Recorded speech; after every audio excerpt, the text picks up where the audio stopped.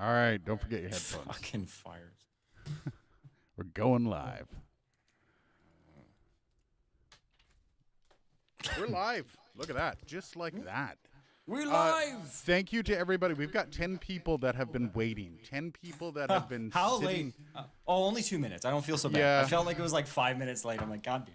It's funny, too, because I'm sitting here and everything's... I didn't have anything set up because I had to go walk the dogs with my wife and then blah, blah, blah, blah, blah. And then Dylan sits down. He's like, I'm good to go. Just 1 second, though. So, all good. Metric. Fuck ton of shit. Red Cabin. Oh, we're worth the wait. You hear that? How's everyone doing? 11 people. Hey, we even got 1 like already. And I'm not one of them for once. We didn't even show up, and we already had a like. I love that. That's the kind of love you love to get from people. Keep them wait. Keep them waiting. Yeah. So basically, Hurt Breakdown today. We'll talk about the song. It's fascinating how some people perceived this and how some people thought it was going to be rolled out. And I love that. I love that there's been a lot of conversation around that. And also, I downloaded and I'm using guitar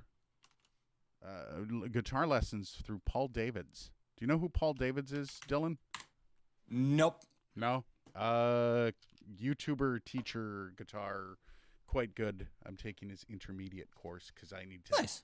I need to brush. I need structure. I think that's the biggest thing. So we'll get to that in a few.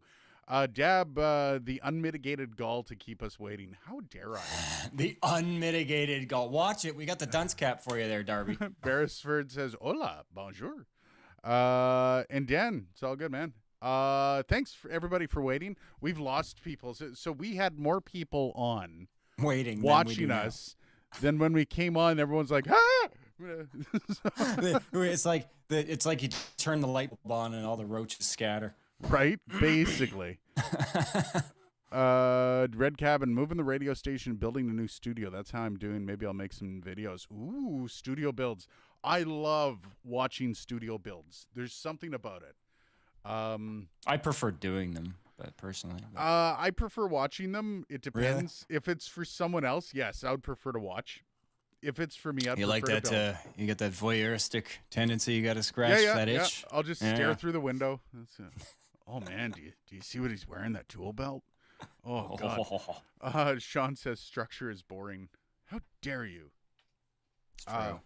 I love structure. I'm a very structured individual when it comes to certain things. Other things, I've seen your studio. Yeah, I was gonna say you're not structured. What are you talking about? Dude, how do you structure this studio? How do you keep this studio structured? You don't. There's got to be a way. You just flat out don't. There's got to be a way. More shelving. Actually, I've got a shelving project that I'm going to be doing probably some point this summer where I'm putting shelves up where the couch is. And no, Sean, you're not roaches. The people who left are the roaches. Yes, the people who left. We're back up to 12, so I think I'm okay. I think people have gotten over the initial shock audience fright, seeing us. Seat fright. So, did Dylan just disappear? Dylan just disappeared. 1 second. Let's see if we still have our clean feed. Yeah, we still got clean feed on. Dylan's not here. Let me just check in with Dylan. So what did everybody think of... Oh, I see Dylan. I can't hear you, though, buddy. I don't know what happened. Just so you know, I can't hear you, man. All right. So back to this. Sean, thank you for the clarification. Greg, I've never seen more structure. Oh, God. If you only knew. Dylan defied structure. Dylan's saying 1 second. We're just going to... he moved over to his phone, apparently, and all I see is from his nose down. All right. Oh, I see him back. All right, kids. Who saw the video? Who saw the Hurt video? And what'd y'all think? Impressed with the lack of plosives on the V7 without a windscreen. I don't find this to be that plosive of a microphone. However, with the SM58, I do have to say. Oh, what happened, dude? Blue screen, obviously. Oh, you blue screen to death. Nice. Yeah. Nice. Yeah. Yeah, I don't find the V7 very plosive-y. Not as bad as the SM58. You're looking forward to getting your V7. I'm sending you a V7 there soon, Dylan. So, he's making a TikTok now. Rick Astley. All right. So, who saw the Hurt video? What'd y'all think? Anybody? I know, Liberty Dude actually messaged me. Well, he messaged the Discord. By the way, check it out if you haven't joined the Discord. Saying Shameless plug. I don't know if by reading through it, it sounds like Liberty Dude had never heard the song before, which is fine. Yeah, lots of people. And so he went down the rabbit hole of listening to the song through all the different versions of it, 9 Inch Nails, ours, Johnny Cash, and kind of an emotional roller coaster for him.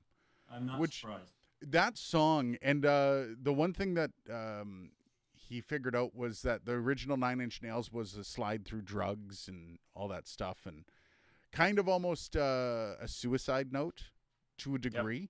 And then the Johnny Cash version was just a man at the end of his life looking back over his experiences and feeling pangs of regret. And then ours was just, hey, look what you can do with an SM50. Pretty much, yeah. I mean, I don't know. You still channel your Trent, your inner Reznor vibe. I don't want to die, nor am I on the verge of death, or at least I don't think I am. So, yeah, it's hard to channel that emotion that you got from Trent Reznor and Johnny Cash is obviously the emotion that they felt throughout recording that. You just got to channel all the shit you've been through in your life and just just plug it into the yeah. Jan, how man whores? Man hours? Man whores? Man whores? Critical memory failure. Yeah, was it a critical memory failure that blue screened you?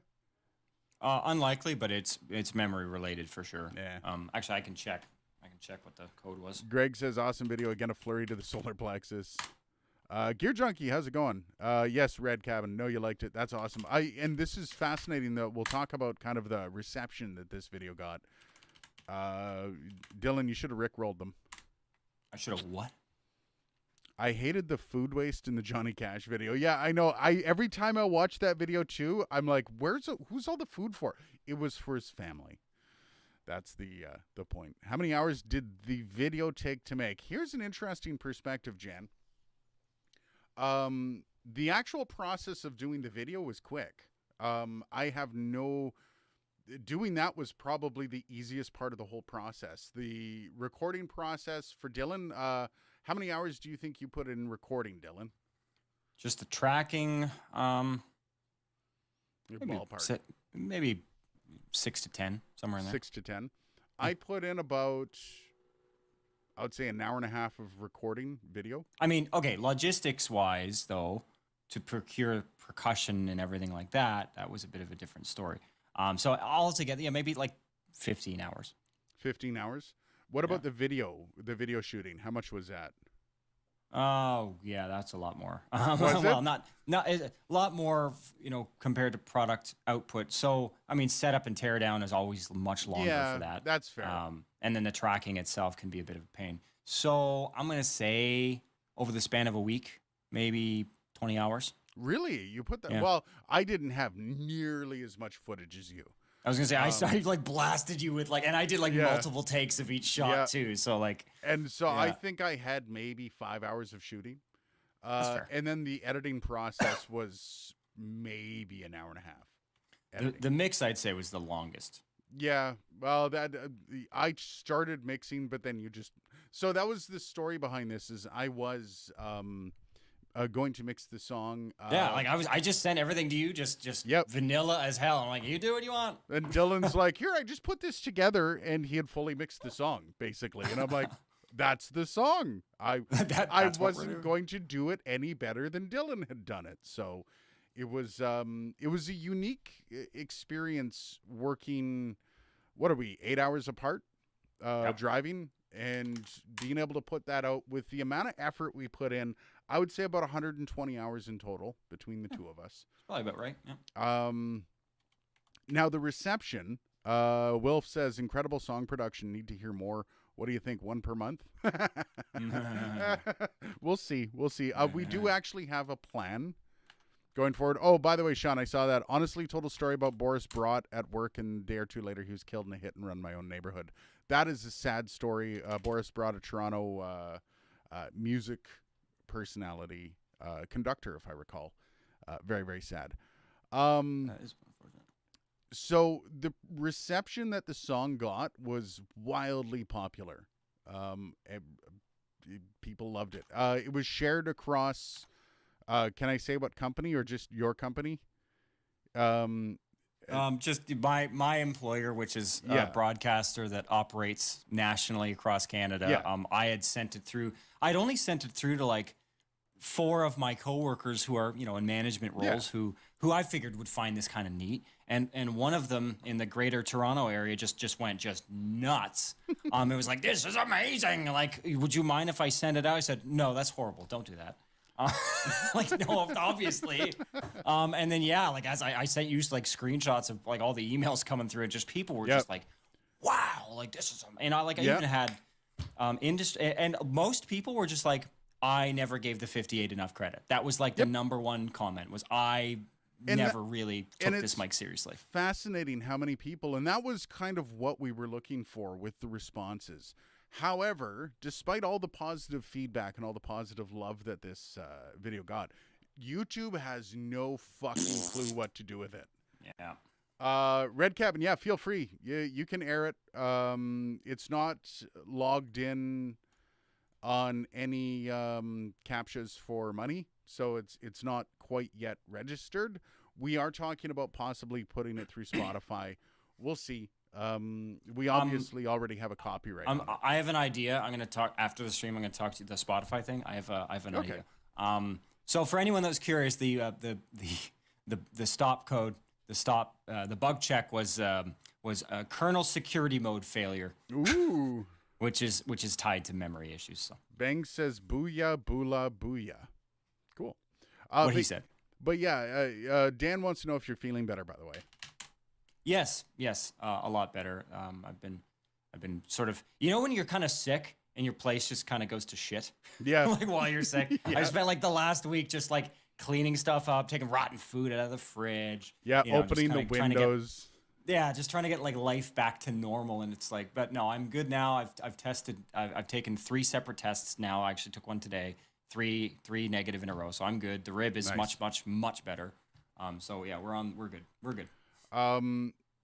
So YouTube doesn't know what to do with this video, and I talked to Bandrew, and I've talked to a few other people. And like Bandrew, the first thing Bandrew said was, I didn't think you were going to do that. I didn't think you were going to do a music video. I thought you were going to go in and say, hey, look at what you can do with an SM58, explain it, show a few examples, and out. And I had on it, like Dylan and I, before we had done this video, we actually discussed doing a lead up to the song. So the video would have been like 8 or 9 minutes long, showing the process that we went through, the editing, the recording, all of that, and then finish off with the music video. The problem I had with that, and I actually am standing by this, even though this video is kind of languished in YouTube, because it's still got time to pick back up. I'm not worried about it. Was most people, if they're clicking on it to see the song, and that's how a lot of people would be, they would just skip through to the song. So you would destroy the video on time watched instantly. Like it would be utterly ridiculous, because out of that 9-minute video, only 3 minutes would be watched. YouTube would go, nope. So that kind of stuff, I wanted to do maybe a run-up, so like a video prior to it showing, okay, this is a song we're doing, this is a process. Video will be out in 2 days. But then that also, like, if nobody watched that video, nobody would watch the music video. So it's kind of this juggling. I decided just the music video because it still impacts. You still watch it. You see one song, one mic, one SM58. That's the whole point of the song. So I think that handling, however, I struggled with the thumbnail. I still don't know if it's right. I would love to talk to somebody who's a thumbnail expert to see what they would do for this. And I think it's at its best spot right now. I've changed the thumbnail a couple times, so we'll see. And we'll see if YouTube decides to pick it up. I think, Dylan, you're right when you said we need to just do more. And we need to start showing Well, this. like, we need to turn, because, again, like I said to you, this is something that's not searchable, really. I mean, the only thing about this that's really searchable is the cover, which who the hell really goes out of their way to find covers. The mic. The mic is, but again, the mic is, that's an oversaturated search. Yeah. Like you type in SM58, that video is not going to be anywhere near the top of the list of what you're going to get served with. So I think that's a big thing. But as we do more of these and make the, the one song, one mic, or one mic, one song more of a phenomenon, and people start hearing about it, then yeah, maybe people will actually start searching it out. I want to raise awareness about this because there's a couple things about this. One is that this is a cause, okay? For every putz that has come onto one of my videos and said, "Oh, that mic is garbage." I had one just the other day with the U87. Oh, the U87 is so much better than X microphone because when you get it in this scenario and it's going to, everything's harsh on the TLM 103. I'm like, talking about harshness on a TLM 103. We just recorded a full studio song with an SM freaking 58. Shut up about the U87 versus the TLM 103. And this is the problem with this niche, the microphone, the audio gear, is everyone's so, this mic's the best. I coined a phrase that I think you would enjoy with coworkers, and everyone jumped on the bandwagon for this because everyone pretty much agrees. And that is, I think the point of this, and the reason I'm so passionate about this, is this one mic, one song concept is about spending more time honing craft and less time collecting crap. Yeah. That's the more craft, less crap. I would be interested to see if the next time we do this, maybe we do a lead-up video. Maybe we do an announcement of what the song is, showing the process we went through, and stay tuned. The video's coming up, and maybe the video's the next day. So we do a setup video on Sunday or something. And it can be a quick 3-4 minutes. Let us know if that's something you'd want to watch to see how we went through the process of recording, mixing, mastering, all that stuff. Let us know if that's something you're interested in watching. We'll do that. And I think it was Liberty Dude that was suggesting that, and I'm like, nah, we don't need that. But I'm happy to eat my own words. But because we believe in the concept of this, I would like to actually get more people in the community involved. And I think I might reach out to Bandrew and see if he'd be willing to participate in a song. That'd be neat. To maybe get some, because all it has to be is get a guitar track, or if Bandrew wants to do bass or whatever, get that track, shoot a little bit of video of you playing along with it, send it to us, and it becomes part of the video. Yep. Do that with the Neewer BM700, then we can talk. It's funny. I was actually thinking about that because, with my coworkers, as we talked about, it's 58, kind of the cheapest legendary status mic that you can get your hands on. But I'm like, that'd be interesting to try it with like a $50 newer mic from Amazon. I can't make any promises. I don't think my thousands and thousands of dollars worth of plugins would quite be able to bring that there. I was looking at the P120. That would be a good contender. Okay, let me back up a bit and try to catch up on a couple. Dan says, I now just got an alert from YouTube that you're going live 20 minutes from now. Sweet. Bangs, can you speak to the mechanical versus performance rights of this song? Dylan, do you want to take that? Yeah. Well, performance rights are covered by YouTube. YouTube has an agreement for performance rights with most major PRO organizations. Mechanical rights are irrelevant because this isn't being affixed to physical records and being sold. So there you go. Okay, so and that is the general gist that I got, and I do know there are some companies out there that will actually strike your channel if you do the wrong song. Yep.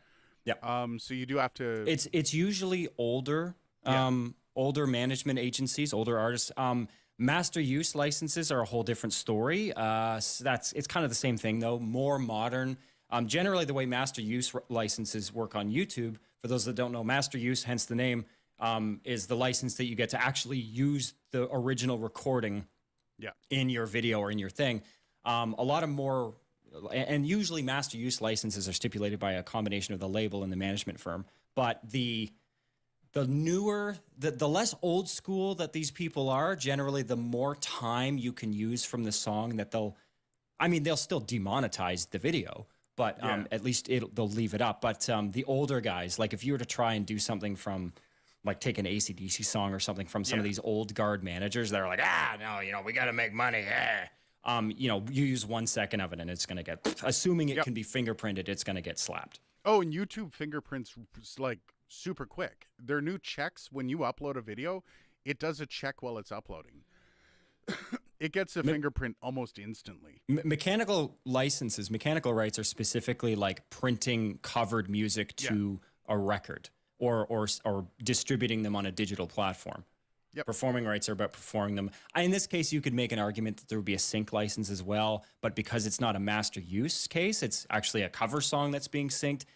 Sync licensing isn't generally needed, which is why otherwise I don't feel like going through AVLA. Sean says, that was so much better than microphone comparisons. You demonstrated how to use it well. That's gold. And you know what? And that's one of the things that I really wanted to highlight with this. And this is why I got so excited when this concept came up and Dylan and I started talking about it, and why we were so like, oh, we need to do this, man, is because you get so much more out of seeing. Now, not everyone can produce like Dylan. I get that. Not everyone can play instruments like Dylan. I think most people can probably play instruments like me. I'm in the growth period. However, you can record. And I think maybe going over some of the processes makes that a little bit more of a better message too, showing what we go through, how it's produced and stuff like that. I think that is very, very important. And with the Neewer, I'm actually curious to try. Maybe we'll grab a BM700. What I do want to do is I want to record an acoustic, just a singer-songwriter style song with just the Yeti.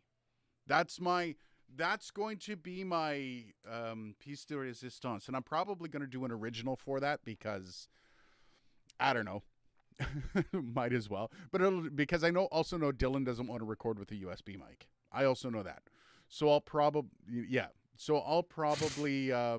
do that myself and produce a song with just the Yeti.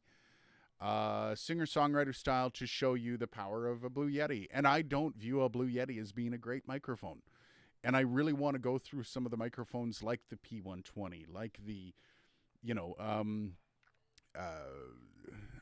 even like the SEV7, go through, see what you can do with these microphones. By the way, the SEV7 sounds fantastic on a guitar amp. Mm-hmm. Fantastic. From a vocal, I would probably take an SM57 over it. It's an SM57. It's hard to beat. But yeah, I really like this on acoustic especially. I dual mic'd it for a stereo acoustic feed, and it sounded sexy. Gonna admit. Put your step up B-roll during the later chorus, maybe? I did, I think.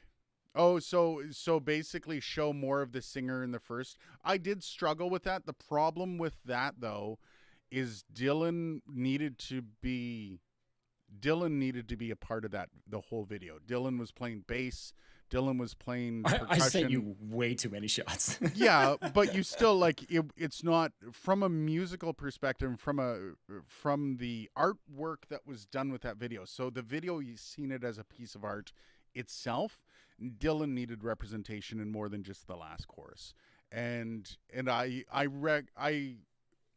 saw that immediately, like, because when I first did it, my shots were just me and the guitar and me singing, and I was relying on Dylan to fill the gaps. Instead of having 3 shots of me on the guitar, I wanted it to be just one of me and more of Dylan, because that was more of a representation of what Dylan brought it to the song. Well, and even more so, I think in a traditional music video, I would say, yeah, I mean, having a very hard skew focus on the vocal is important, but this song isn't about the vocal. No. This song is about recording stuff with a microphone. And as much as we're trying to produce a music video in a very professional way, I think showing that variety and, having some visual diversity, lends itself to this project. Yeah, you offered a great example of show me, don't tell me. Nice. Yeah, and that's, but that's also, I think, what's missing from this sphere, from this YouTube kind of group of people that everyone's, a mic comparison is great. Doing the SCV7, I can't do a song a week unless I'm doing this full time. But for now, what I can do is I can start to pick out some ones and have a little bit of fun with it, and maybe, build an audience along the way. I don't think that's mechanical right, but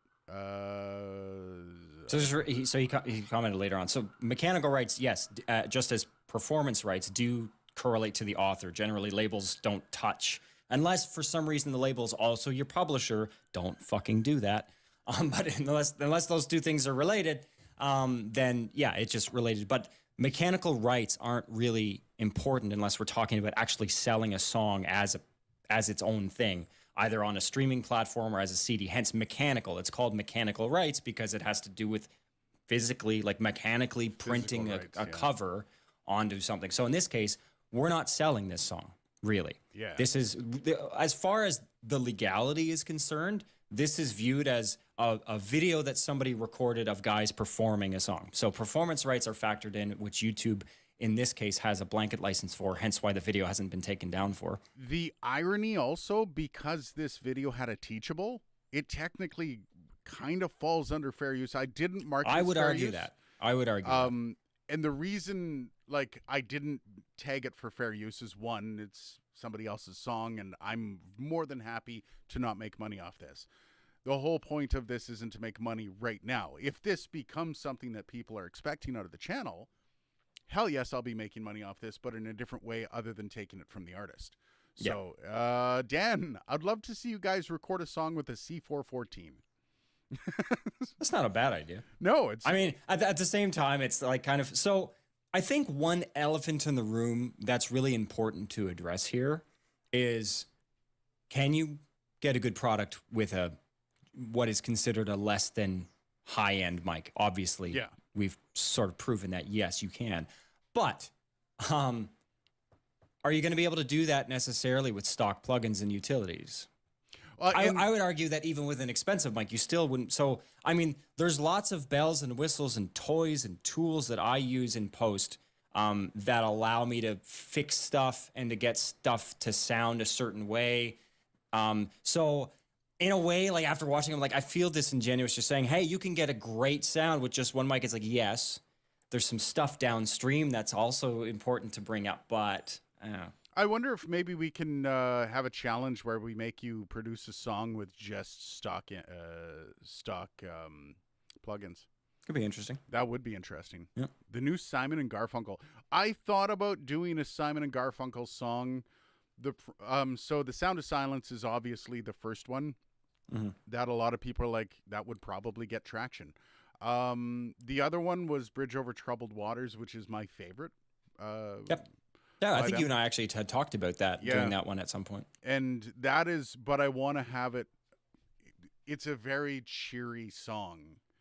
And it's kind of one of those songs, not cheery in that respect, but when you listen to the chord progression is very uplifting. Mm-hmm. And it's basically trying to uplift, like a Bridge Over Troubled Waters. I was going to say, be a nice contrast to what we just did.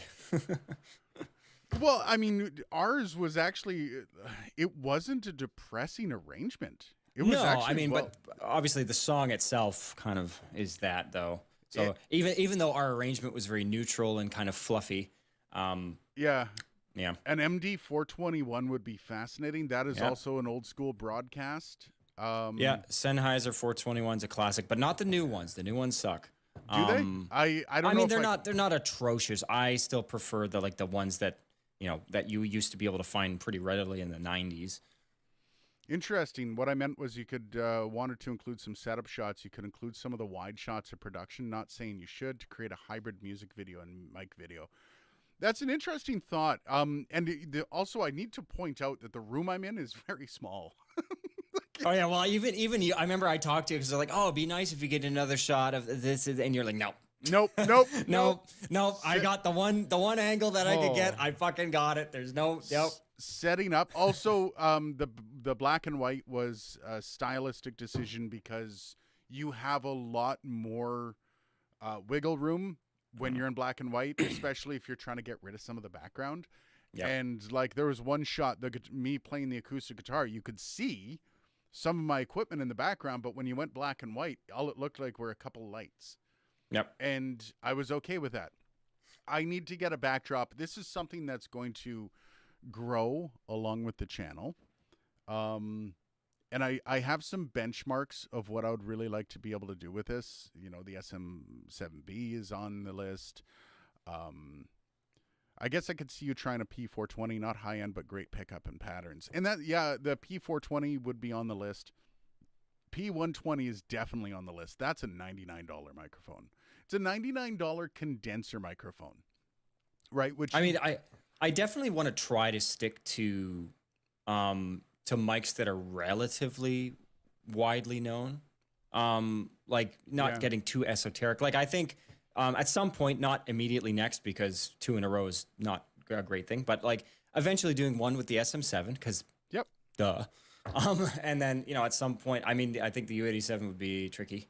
Well, that would but be a tricky. the U87, like most albums are done with the fucking U87. Yeah. That's the problem with that one. Well, and it doesn't need to be proved. I mean, like, I'm sorry, if you can't use the U87 to make a hit record, you're an idiot. Yeah, well, like, and that's the other thing. Like, that's some of the messaging in this is it's not the gear holding you back. Now, it might be if you have just a Blue Yeti. That's the gear holding you back. But if you have an SM57 and an interface that's relatively quiet, you have no excuse if you know how to play the instruments. And that, you know, like if you have a U87, once again, if you can't record a song with an SM58, you can't record a song with a U87. It's not going to give you that much of a better product to run with. And yeah, like, once again, this is how YouTube's stuttering and can't figure out how to sell this video to people, is because all this messaging doesn't fit into one thumbnail. Nope. And yeah, anyways. That's why, like, the music video by itself, people are like, whatever, it's a cover. But it's like you almost literally have to, like, you know, figuratively, I should say, spell it out to someone in crayon. Like, this is why it's a whole song recorded with one type of microphone that's $130. Period. Yeah. Like, right. But you can't write all that in a thumbnail because that's just nauseating to look at. But. And that's like the one I settled on was me playing the acoustic. And I considered going to my usual style of thumbnail because I have a feeling there's a lot of people on this channel that didn't realize that was my video. That was yours, because my usual style is colorful background, me going and an arrow pointing towards a microphone going, I can't believe it worked. I've considered that. And if this video doesn't grab traction, I might actually try going to that. It feels cheap, but at the same time, I personally enjoyed your triads reference. The first thumbnail there was pretty Nobody great. got that. Well, and that's why I think a lot of people didn't realize it was my video, is because the concept. It was just so different. It was just so different. Yeah. But I mean, that's cool too. Definitely exciting to see the two of you moving in this direction. Thanks, Sean. And yeah, that's where, like, I'm hoping this channel can move to, you know, a lot of people talk about expanding a channel when you get to a certain size, and I'm a little small to be expanding my channel. I get that. However, I think there's more to be explored in the microphone sphere than just what this mic sounds against an 1800S. Right? Like, and that's fun and all. It's fun to pull out the Behringer and to rip it apart with a better mic. But there also needs to be conversations for people that, and I see them in the comments all the time, you know, like, well, should I buy this? Should I spend $500 on a microphone? Well, depends on what you're doing. Probably not. Usually your thumbnails are a bit flirty. Yeah. I was like, no, it's true though. And it's an interesting way. I don't disagree. It's just, I've never heard somebody say that before. But it's flirty thumbnail. It's meant to, it's based on Linus Tech Tips. I don't know if they're still. I haven't watched a lot of LTT lately. Linus does that style of thumbnail, and that's what I kind of wanted to go with. Is something that, one, brings my face into view, so when people see my face, they know it's my video. That was the one thing I wanted to start early, and it's two, it's showcasing the product and something about the product that hooks people in. So there's something on there that goes, like with the Revelator dynamic microphone. It had a failure point. The headphone was garbage, the headphone out. So I put in there, I made sure that was pointed out in the thumbnail. And that's the kind of stuff I wanted to do with my thumbnails. This, it felt a little disingenuous to do that, though. So, we'll see. I would rather people watch it and hate the thumbnail than people to not watch it because they don't know it's me. So, Yeah. Bangs, I forgot to tell you that the best purchase I've made this year. Got some black silicone cases for the Rode Wireless Go 2 that covers up that damn logo. People hate the Rode logo. I've seen who was that?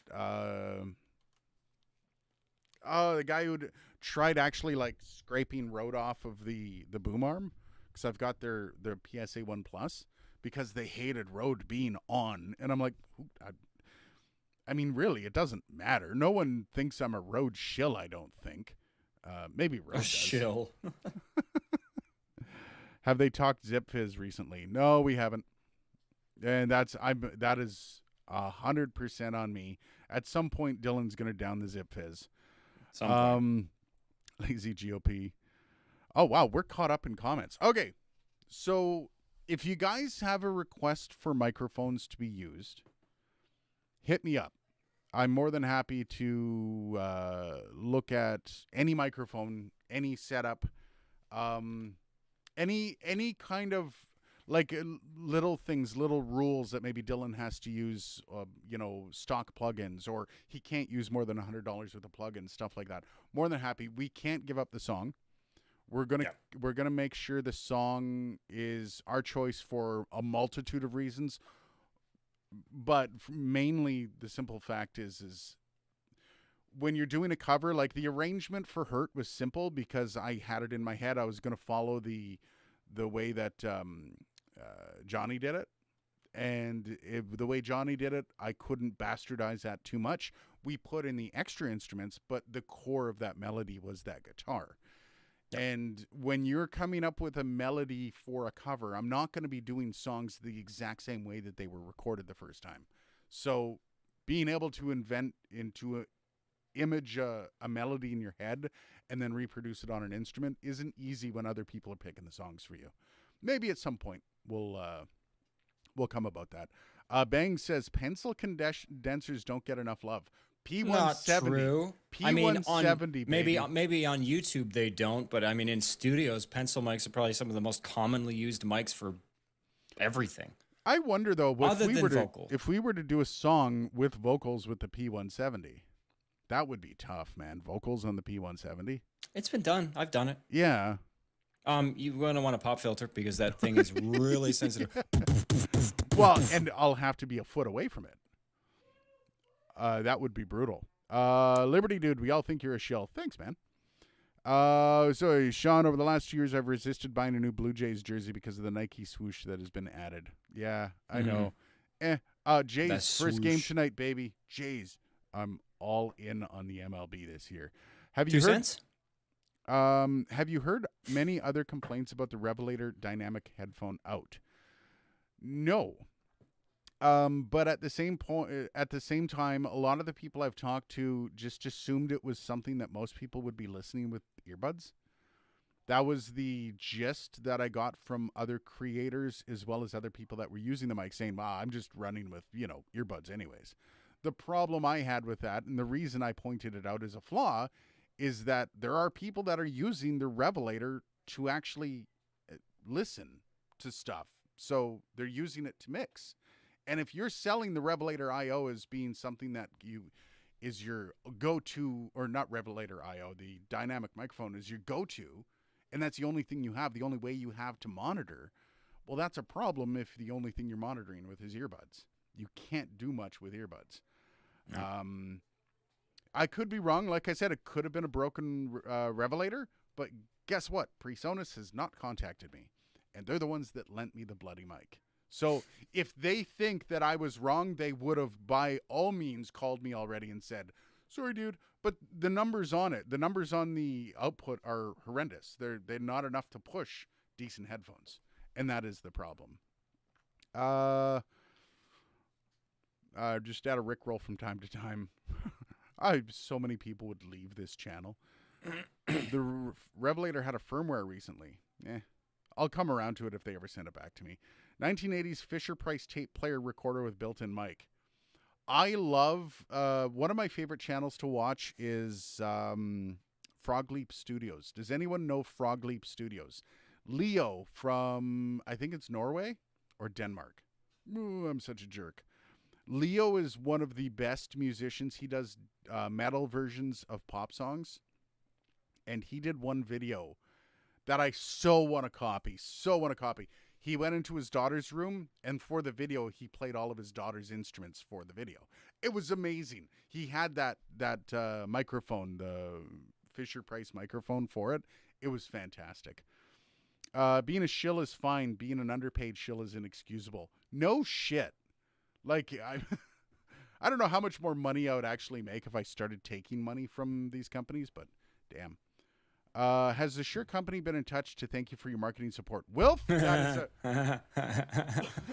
So I contacted Shure on Twitter. And by all means, if y'all want, go to Twitter and say, what the fuck, Shure? just bombard them. What the hell? So I contacted Shure. First, I tagged them in the Twitter post. And I tagged them in Instagram post too. You tagged them in Instagram, tagged them on Facebook, everything. These dudes were tagged across the board. But their social media team runs separately from the company. Like they're kind of free to do their own thing. So I got nothing back. Usually the company will just heart it and move on. They'll just like it and move on. And that's fine. Yeah. So I got nothing from Shure. So I'm like, oh, okay. So I just did like some really good marketing for you and free of charge. Free. I get that. Yeah. So what I did was I just reached out to their team on Twitter and I said, hey guys, I don't know if you actually took the time to watch this, but it's kind of cool. And they sent me back a cookie cutter response of thanks for sending us that, and then moved on. Classic. So I contacted my distributor, and I'm actually in chat with the Canadian distributor for Shure. And I'm going to be having a chat with her next week about maybe ways that Shure can be informed of that this video exists. If Shure doesn't want to do anything with it, that's fine. That's fine. Just watch the fucking video. Yeah, literally. Like, guys, just watch it's it. So true. Just watch the video. And if you don't like it and you don't think that this is something you want to hang your hat on, that's cool. So did you actually call them? Try to get them on the horn? And that's when they told you to go to distribute. It's like, we're not asking for product. This isn't a distributor thing. Like, no, why? Shure themselves don't have like a marketing department. Like if you call and ask for marketing, they're just like, I'm sorry, what? We send it to the distributor. Distributor does all the marketing for them. So it's, yeah. I'll try it again. They usually answer their phones, but the distributor I think is going to be the one that kind of flies the flag. They're a relatively large distro too. They have a lot of big manufacturers, so I reckon they're used to going hardball with the marketing. Oh my God, though, trying to get the person on the phone, the right person. So the person that runs so I call up, I'm like, hey, I explain the situation. I'm with Dark Corner Studios. My name's Aiden Wolf. Can you put me in contact with the person that runs the Shure account? Now, what that tells me is the top person that's running the Shure account. They sent me to the salesperson that runs the Shure account. So if you're buying a Shure product from them, this is the person you call. And so I explained the whole thing. She's like, I think you want somebody from marketing. I'm like, that's what I asked for. So she's like, I'll put you in contact with this person. Talk to that person. They're like, yeah, all we do is like put signs out and do ads on Facebook and stuff. So we're going to actually set you up with the actual person that runs the account. I'm like, good God. And that person didn't answer their phone. So she's gotten back to me today. And it looks good. We'll be talking next week, and I think I'll send her a note, and we'll have a chat about maybe things we can do in the future. Now I have a Shure contact. That's fun. I like that. Also a contact for what other companies? Avid, Furman, QSC, a bunch of large companies, large manufacturers. Very, very large companies. So yep. So Wilf, we're working on Shure. This also took a lot of people by surprise because the concept of this video isn't as straightforward as I wanted it to be. So I get why it's going to be the uptick on this. We'll see after the second song if this is something that takes off. So when we know, do you guys like the surprise of what the song is? Dylan, what do you think? Should we keep the songs a surprise and just drop it on people? I think, yeah. Okay, you got to leave something mystery. You got to be mysterious about something. I know. Am I wearing a bra? Am I not? You never know. I can clearly see your nipples through your shirt, sir. Y'all, now you're Kelly Clarkson. Hey, speak no ill of Kelly Clarkson. Speaking of seeing, yeah. Not gonna go there. Zerafael, I think it's the first time that you've been on this stream, buddy. Welcome. Is that the SCV7? It is the SCV7. I've got a video coming out soon. This video coming up is the UA 276. That's coming up on Monday, and then this one should be coming up on the Monday after. I love this microphone. It's up there with the E835 for me. The E835 is one of my favorite handheld dynamics. This one, the more I use it, the more I like it. Surprise, no bra. Yeah. Welcome, Zerafael. Zerafael? I think so. Greg Johnson, that seems like a bad disconnect for a big company to have. You know what? I think it's becoming more and more common as a lot of the old school marketers and people in this industry have no concept of social media. And with Shure, their social media is so tightly bound to their marketing. So if I want a microphone to review, I contact their social media team. And their social media team makes a decision whether or not I get a microphone to review. So that's how they're tied together. And yeah, it's a bit of a disconnect, but it's a disconnect for me. I don't think it's a disconnect for the average user of the product. So yeah.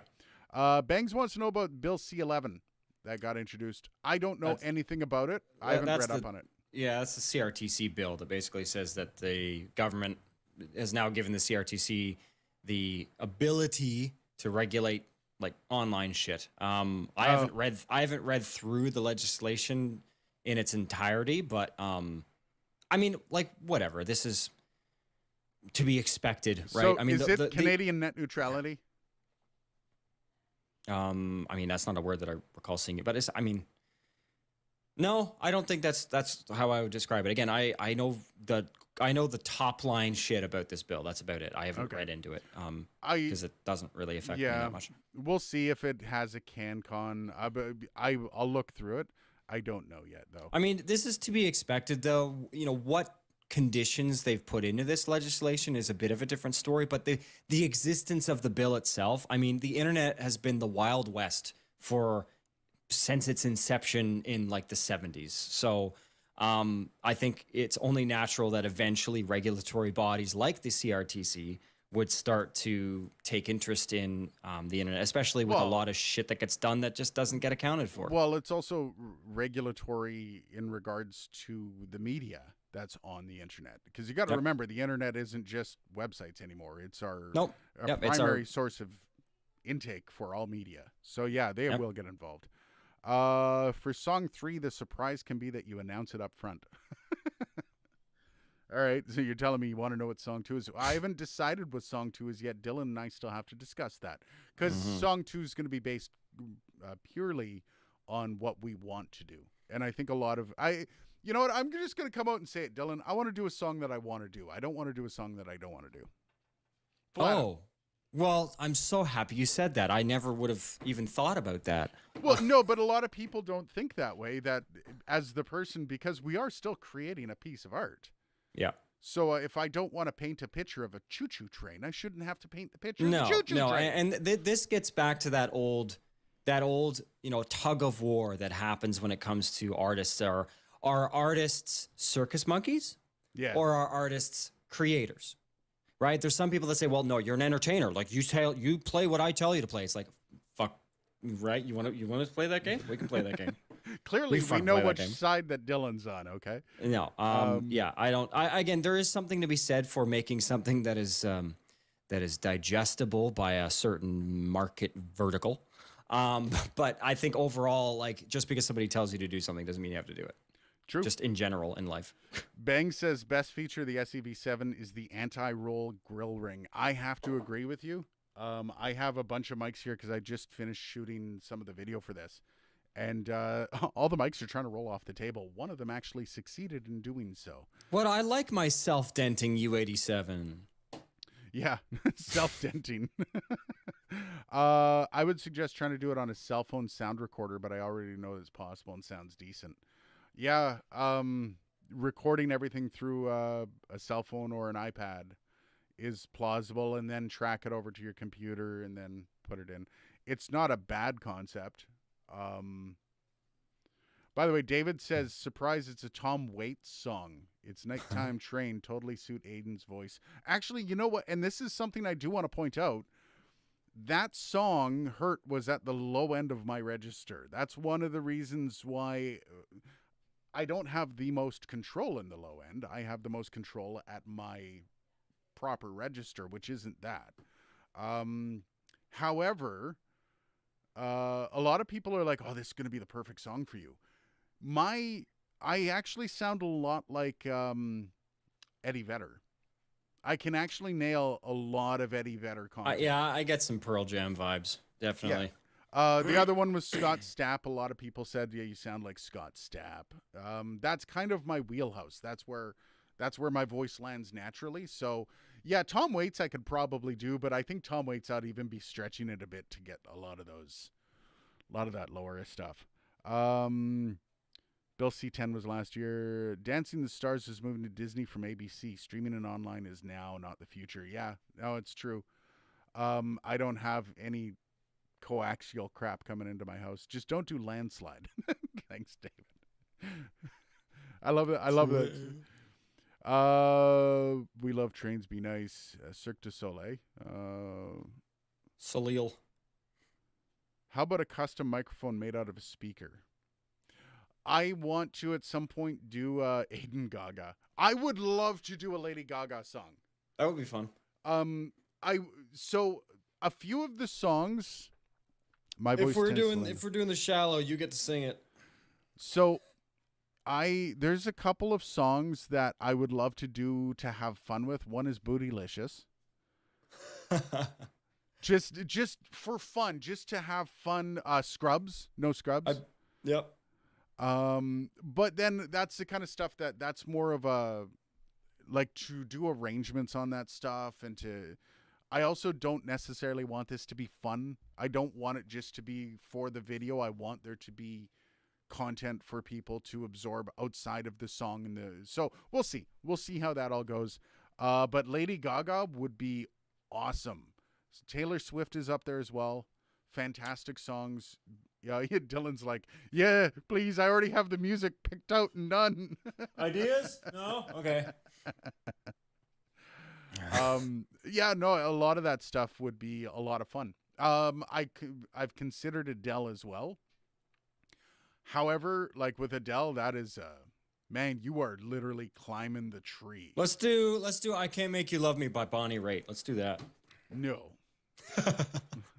No. Like when Hello, Adele's Hello, which is probably her easiest song vocally. And musically, yeah. Just in general. I mean, it's a very well written song, but it's simple. Incredibly simplistic, but that's also why you saw so many covers of it. Now you look at Easy on Me. From a vocal perspective, it's a fucking nightmare. Like, does a great job with her voice in that, and I'm pretty sure a lot of it's been, modified mildly, but it's not an easy song to just sing. The other one is River, Like a River, by I can't remember the name. So we've got a list. Bob Seger. Yep. I can do. Oh, you know what's a great song that I have a great register for? Little Help for My Friends by what's his name? The Beatles. No, shut up. Little Help for My Friend by what's his name? What would you do? Barry Manilow. Yes, Barry Manilow. God damn it, you're not helping. Gordon Lightfoot. I can do some Gordon Lightfoot. In the early morning rain. Yeah, I loved. I grew up with Gordon Lightfoot. Love that stuff. Do the sad song in the ASPCA public service announcement. Manic Monday by the Bengals. I'd be down. Well, and also the other thing is we got to be careful we don't go too far back. Like Dylan was saying earlier, there's a lot of old school music people that will strike this channel down if they have a chance. So Joe Cocker, thank you, Joe Cocker. God, that was going to bother me. Beards and Banjos, you win an award for that. The trick is, if you're going to cover a song, do a quick search on YouTube to see if there are other covers that are still up. And if there are, then you're good. Yeah. Thank you. Everybody's jumping on the Joe Crocker. Joe Crocker. I can nail that to the wall. And I have on several. I'm a fan of Flogging Molly, but you need banjos. Not unless you tear that down to just a piano kind of slow lilting. You're gonna see Bang's Naughty Bits have a aneurysm. How about Just Like Those Rotisserie Chickens by Reba McEntire? Oh, Reba. Oh, Fancy by Reba. There's so many by Reba that would be amazing. Right. By the way, Dylan, I don't think Dylan is typecast into genres. Like he doesn't have like I hate that type of music. No, I'm not either. Really. We're both actually very, very much music. I mean, I think we definitely have our cockpits. Yeah, absolutely. Like yours is kind of more bluesy stuff. Mine tends to be more like acoustic-y kind of stuff. For listening, I'm all metal. To play is blues, to listen is metal, but I listen to everything with the exception of some of the stuff my wife listens to. Early Morning Rain is beautiful. Joe Cocker, yeah. Early Morning Rain is an amazing song. Prince is actually it's pretty straightforward. It's straightforward but risky. I mean, he's dead now, so that's helpful. Yeah. In the sense that, I remember Prince people used to put up videos of like their kids like singing and dancing to Prince in front of 8-year-olds, and the videos would get like struck down. And it's like, really, guys? Prince is one of those. They take that shit seriously, very seriously. Daughter by Hailstorm. I don't think I'll do any Hailstorm. Are you're not singing Is He Hail? You're not gonna. I think we need to bring in a female. I got a couple ideas if we needed a female guest vocal on some of these songs. Oh, absolutely. Cockpits is going to be a flirty thumbnail. I've covered Fancy and The Night the Lights Went Out in Georgia. Night the Lights Went Out in Georgia is fantastic. My range is exactly 1 octave below Reba's. Nice. The one Ain't Going Down Till the Sun comes up. If I were to do country, the number 1 Ain't Going Down Till the Sun Comes Up. Number 2 would be a Travis Tritt song, which breaks my heart because he's a bit off the rails lately. Off the chain. He's kind of gone down the whole like hardcore right wing, which just sucks to see. But yeah, I would probably do a Garth Brooks song. I used to sing a lot of Garth Brooks. And I know that's interesting. What Sean's saying, if because Prince did cover some songs, so obviously those. But I don't know, and that'd be interesting to look up. Prince covers. If there's a particularly. I'm wondering also because a lot of the songs that come in my head. The first one was Zombie. By Cranberries. Cranberries, but then what's her name's redid it. Bad Wolves redid it, and I really do like the Bad Wolves version. But I would want to do more of a vocal center, acoustic, electric kind of, not a heavy ass song, basically. But then I'm like, now we're doing a cover of a cover of a cover, and like this is the same thing with Johnny Cash song. It's like a cover of a cover of a cover. Inception. Yeah. Show tunes. Joe Cocker's version of the Beatles' "Will Help for My Friends" is breathtaking. It is one of, and you know what? The first time I heard that was Wonder Years. If you remember that show from way back, and I was hooked on that song instantly. And no, I'm not a massive Beatles fan. I apologize to anyone that's offended. I much prefer Cocker's version of it. While My Guitar Gently Weeps, I prefer Jeff Healey's version. I know. The emotion in that song from Jeff Healey is phenomenal. Tiny Dancer. I don't know if I'd go that far back. I don't know if I'm going to go back and do a bunch of Elton John and stuff like that. My clothes. Yeah, that'd be fun. If assuming it doesn't get struck down. Bang says, I support the hardcore right-wing rabbit hole. I don't support any rabbit hole, right or left hardcore. I don't need that crap in my I think rabbit holes feed confirmation bias, which is a problem. And that's 110% the problem. But also, there's this whole new thing of if you don't agree with me, I block you and we're done. Yeah, and that's that right there is what pisses me off more than anything. Of this, I'm the same.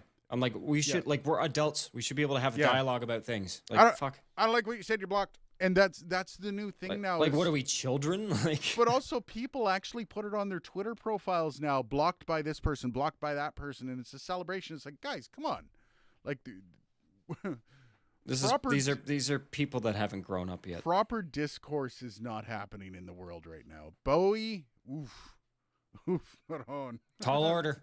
Bowie, that's a tall order. Oh yeah. Wham, ma'am. Thank you, ma'am. Yeah, or you know what? If you have a saxophone player, and I know you do, you know what song we'd do. Come on. Yep. So, yep. Would the is Darren? Is that your buddy that does the saxophone? No. It's another friend. Okay. Darren knows the guy. Knows of the guy that. Okay. Okay. I can't keep all of Dylan's friends intact. That would be a fantastic fucking song to do with the. Oh man! Oh, what mic would you use for that? Because the sax is involved, SM7 would be the logical choice because SM7 is phenomenal on horns. Really any mic. I could probably get Ryan Reynolds to retweet it too, because know the Deadpool line, right? Yeah. I have a few people that are heavy retweeters of Ryan Reynolds, and that he retweets them quite often. So I think we would be able to get Ryan Reynolds on this. Nice. That would be a good that'll catch the algorithm, I think. That's so. Is that like something we look at doing? How close does your buddy with the saxophone live to you, or can he record on his own? I mean, now that we're out of COVID, it would be coming out this way more often. He's in Brockville, but okay. So yeah, he can either stop at your place or my place, whatever one he happens to be closest to. Yeah, like he's welcome to come here and lay down tracks. Oh, that's a conversation we gotta have. That's not happening next, but I was saying, just don't get everyone's hopes up. Careless Whisper has to be on our lips, man. Yeah. Oh. Do 80s TV show theme songs. Valerie is a favorite. Bowie just for the costuming. Oh, and this is the other thing. This is something that I would like to look into in the near future is like how to do the videos better. I have a small box to shoot in, but it's also a very, very, very crowded small box. I've got a lot of fucking gear in here. So it's trying to get a little more creative with how I'm doing things.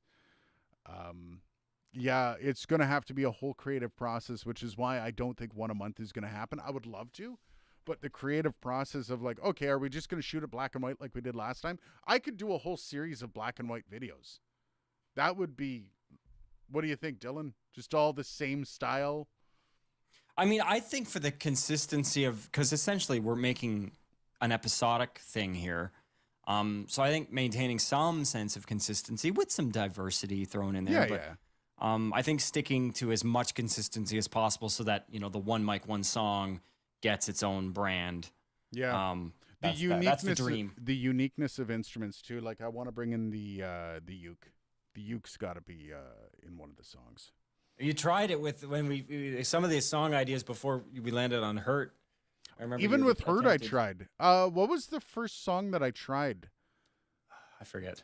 I remember you sent me like a quick one off of it. Sail, AWOL Nation.